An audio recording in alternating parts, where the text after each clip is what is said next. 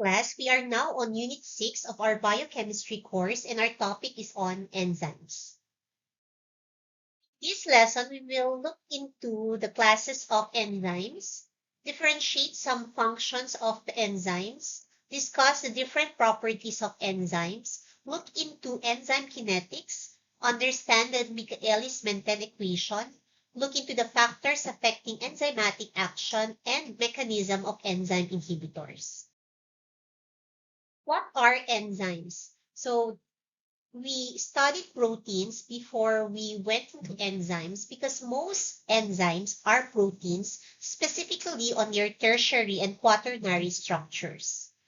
They are not permanently changed in the process. Different enzymes have different functions. In the 3D molecular structures for the enzymes, here on top we have pepsin, and at the bottom we have hyaluronidase. So examples here, your pepsin is a stomach enzyme used to break protein down into peptides. Proteinases, on the other hand, are also digestive enzymes which act on proteins in the digestive system. Amylases are a family of enzymes which assist in the breakdown of carbohydrates, and lipases are a family of enzymes which break down lipids. Another enzyme is called catalase, which breaks down hydrogen peroxide, which is a waste product of cell metabolism. It breaks down hydrogen peroxide into water and oxygen. Accumulation of hydrogen peroxide in the body is toxic, so this enzyme catalase performs an important job in the body. So note that one of the fastest enzymes in the body is our catalase. One of the properties of enzymes is that enzymes are molecules that act as catalysts to speed up biological reactions. So the key word here is speed up. And many fruits contain enzymes that are used in commercial processes. We have here a pineapple, which contains the enzyme papain, which is used in meat tenderization processes and also medically as an anti-inflammatory agent. You are familiar with the reaction of water and carbon dioxide to form carbonic acid. This is a reversible reaction. So you can see the double-headed arrow here. So when people mix soda and any other carbonated beverage, they will start by pumping soda full of carbon dioxide, which will dissolve with water in the can. So the soda manufacturers do this since they know what reaction will take place. The more carbon dioxide pumped in, the more carbonic acid will be produced. So when you open the can of a soda and hear a pop sound, it is actually carbon dioxide escaping, but after the soda will start to freeze really slowly.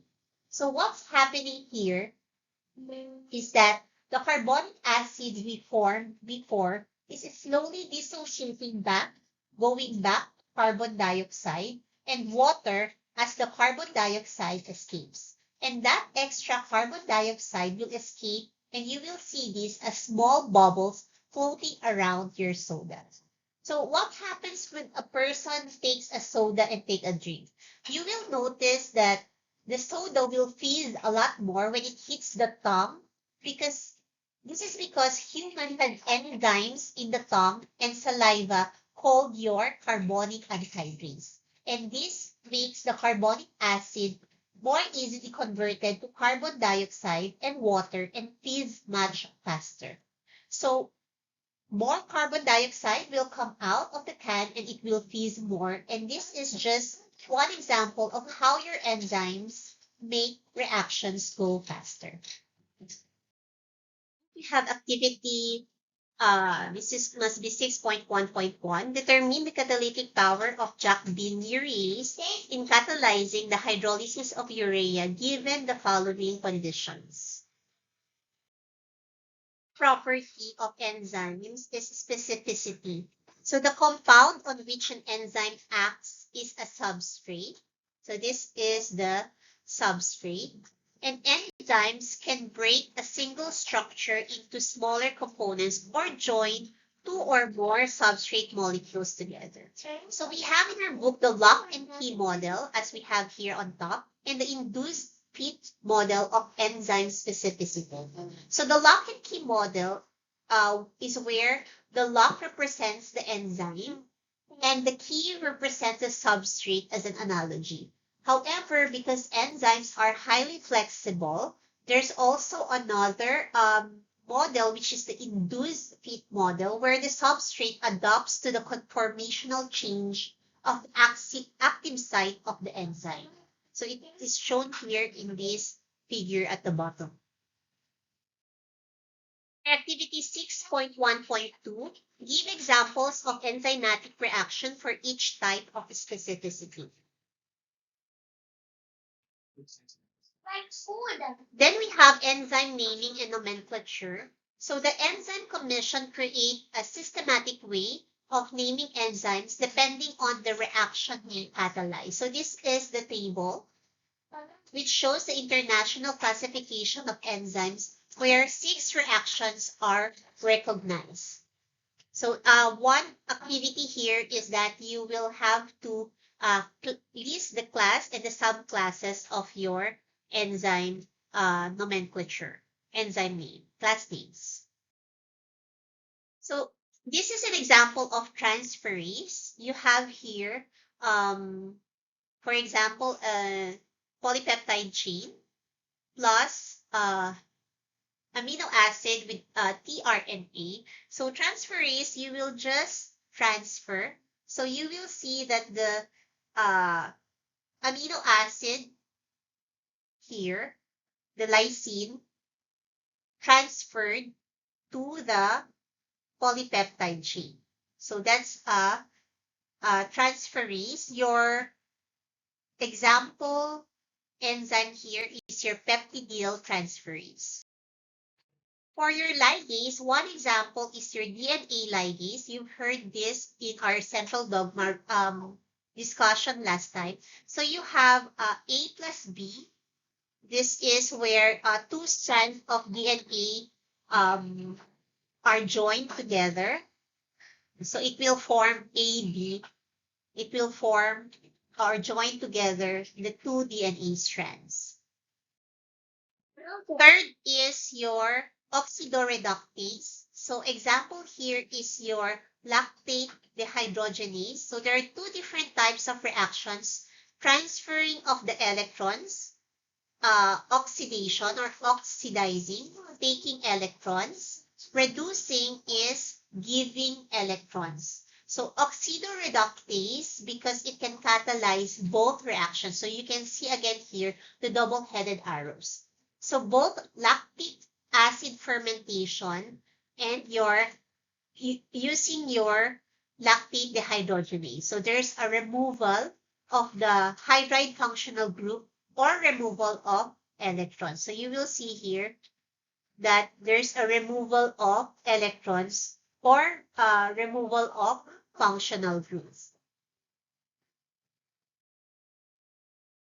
Next is your isomerase. So enzymes in this group, for example, we have phosphoglucoisomerase. You will see this in our last unit, unit 9, integrated metabolic pathways.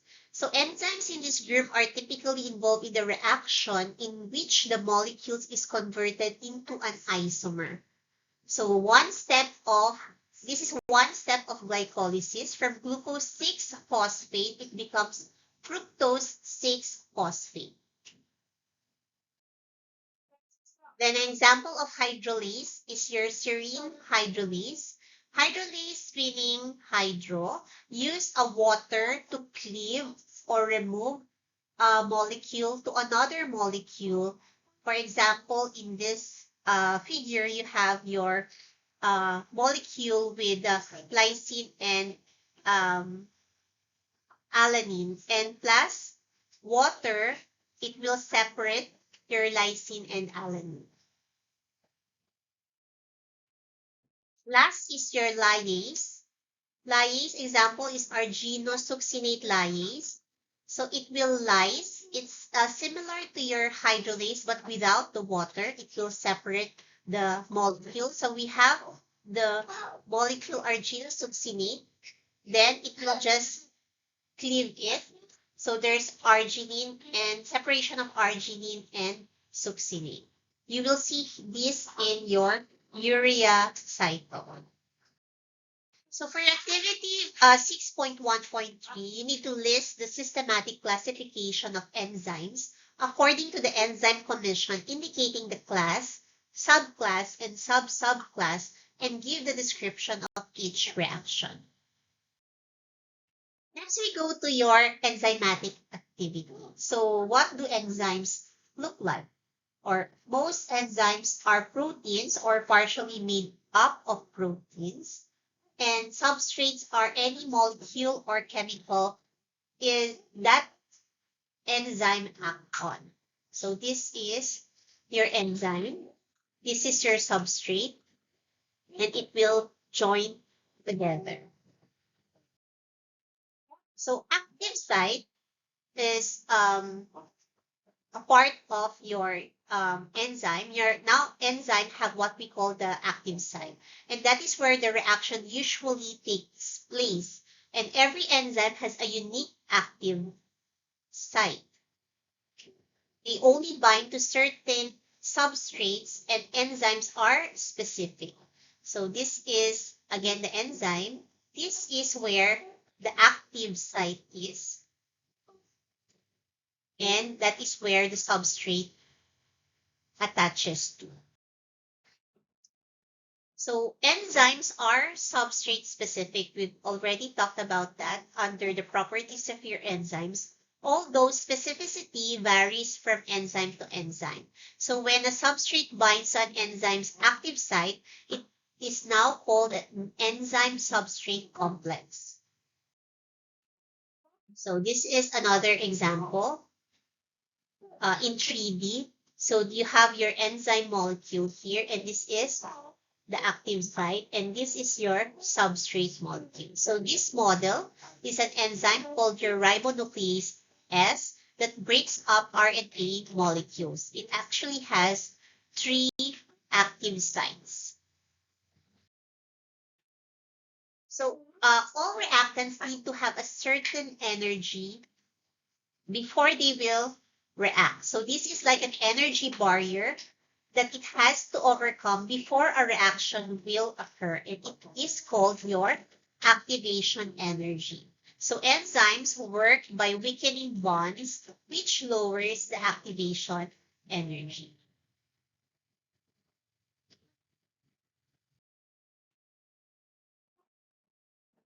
So since enzymes make reactions go faster, if we look at the energy diagram here, the catalyzed reaction has a much smaller activation energy compared to the uncatalyzed one. So also remember that because of this transition state of the catalyzed reaction is far lower than the energy of the catalyzed transition state. So this is the catalyzed already with the enzyme, and this is without the enzyme. So it energy needed to reach the activation energy is much lower when there is the presence of enzyme. So again, another figure showing that this is without the enzyme, this is with the enzyme, and the activation energy required is lower.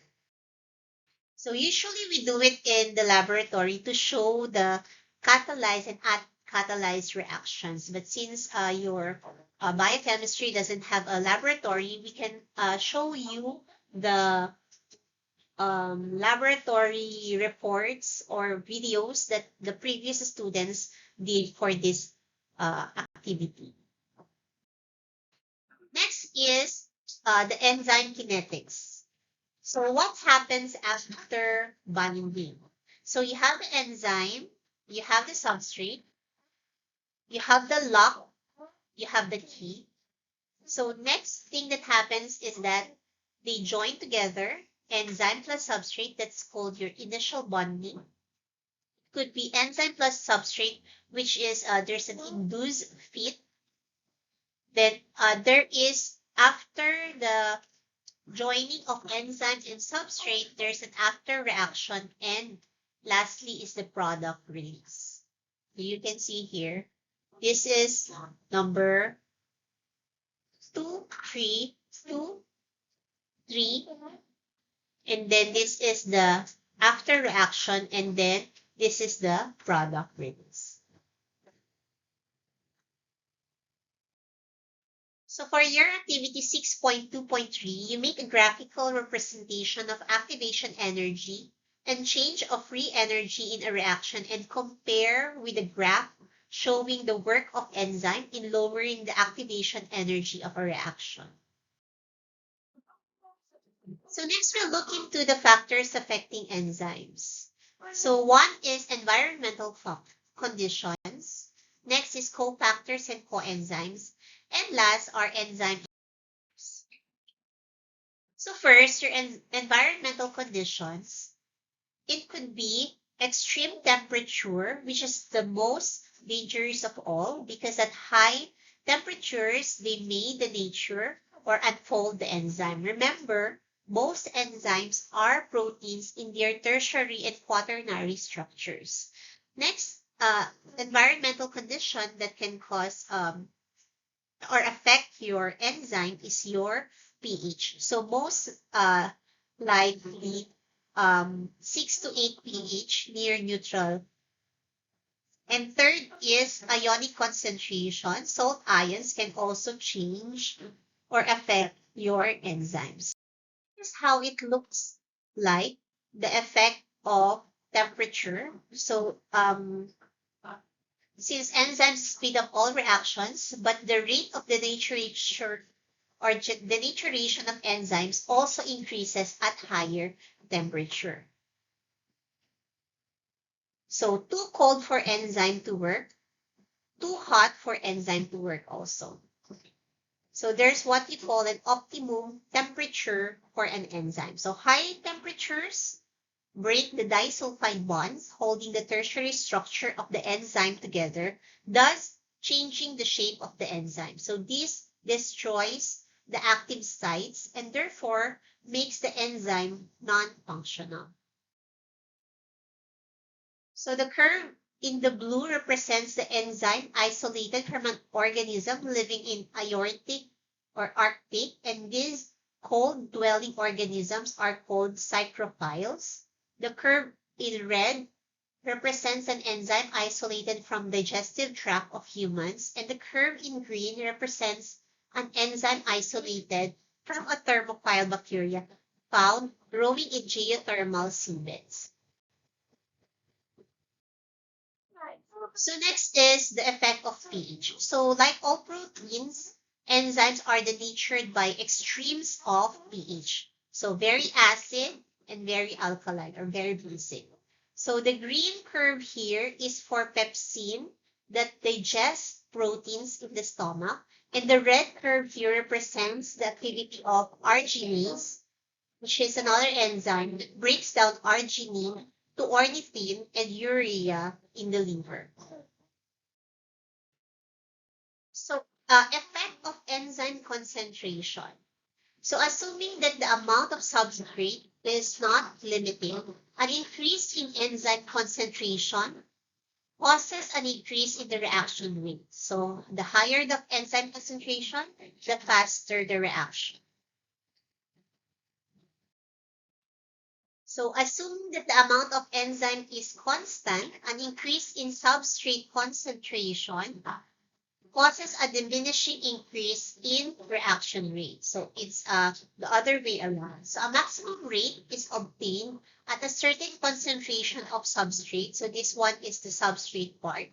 So even if substrate is added, there's a plateau or maximum rate obtained at a certain concentration of substrate when all enzymes are already occupied or all enzymes are already occupied by the substrate, the rate cannot increase any further. Hanggang dun na lang siya.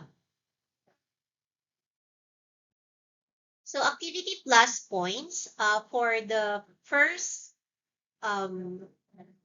student who will message at RGC to explain the Michaelis-Menten equation will have additional 3 points for activity 6. So number 2 factor that affects the enzyme is your cofactors and coenzymes. So these are essential to proper enzymatic functions, and not all enzymes can catalyze reactions on their own, and some need a little help. And we have inorganic substances such as zinc and iron and vitamins, and are sometimes needed for proper enzymatic activity.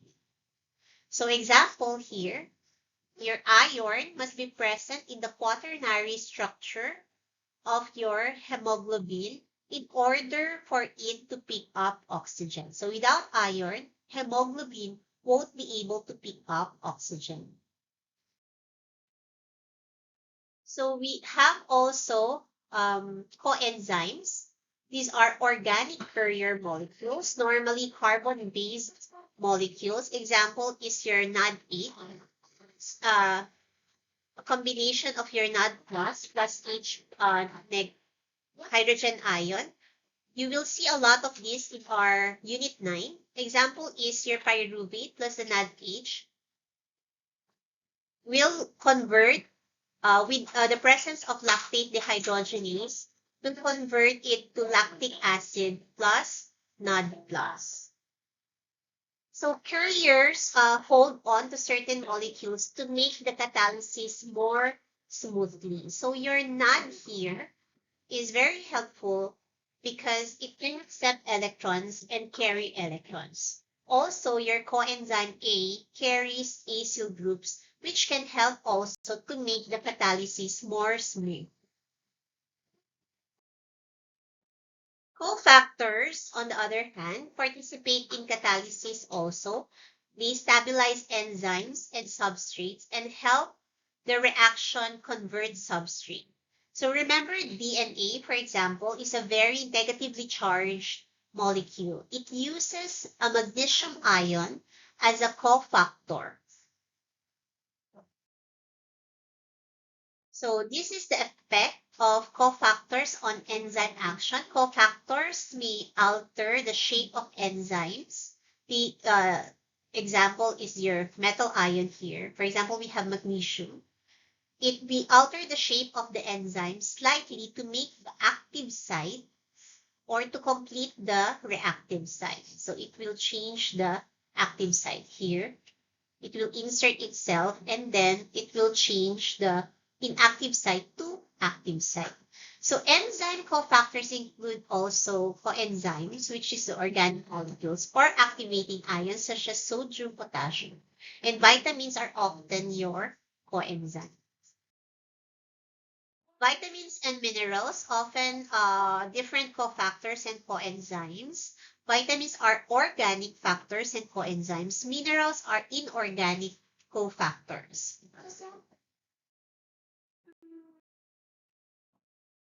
Lastly, on enzyme inhibition, you have competitive inhibitors, non-competitive inhibitors, uncompetitive inhibitors, your phosphorylation enzymogens. For competitive inhibitors, these are chemicals that resemble an enzyme's normal substrate and compete with it for the active site. So this is your enzyme. This is the competitive inhibitor. So when you already have your substrate, it blocks it and prevents the attachment to the substrate. For non-competitive inhibitors, these are inhibitors that do not enter the active site but bind to another part of the enzyme, causing the enzyme to change its shape, which in turn alter the active site. So, ibang part ang pinapasukan niya. changing the shape of the active site. This is the enzyme. This is the non-competitive inhibitor,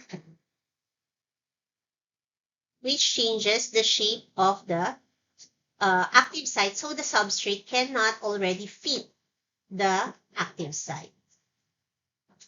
So it markedly slows down the reaction rate by making the enzyme less able to perform its function. This is also what we call your allosteric inhibition. So enzyme inhibitors may or may not act reversibly. So reversible enzymes work in one of two ways. Reversible, the inhibitor is temporarily bound to the enzyme, thereby preventing its function. So it's used as a mechanism to control enzyme activity. Irreversible, on the other hand, the inhibitor may bind permanently to the enzyme, causing it to be permanently deactivated. So another activity plus points. The first student will send at RGC a definition of uncompetitive inhibition, phosphorylation, and zymogens will get additional 3 points for activity 6. So that's it for your Unit 6 enzymes. Have a great weekend.